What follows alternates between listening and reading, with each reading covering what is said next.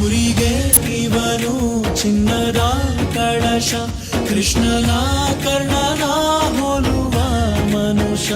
ಸೇನೆಯ ನಿಲ್ಲಿಸೋ ಧೈರ್ಯದ ರಭಸ, ಕಾಲಿಗೆ ಸೋಲುವ ಮಗುವ ಮನಸ.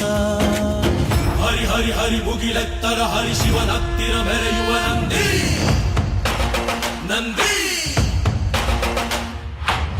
ಢಮ ಢಮರುಗ ಮೆಚ್ಚಿಸುವ ಜಗ ಮೆಚ್ಚಿಸುವ ಪರಶಿವ ನಂದಿ ನಂದಿ.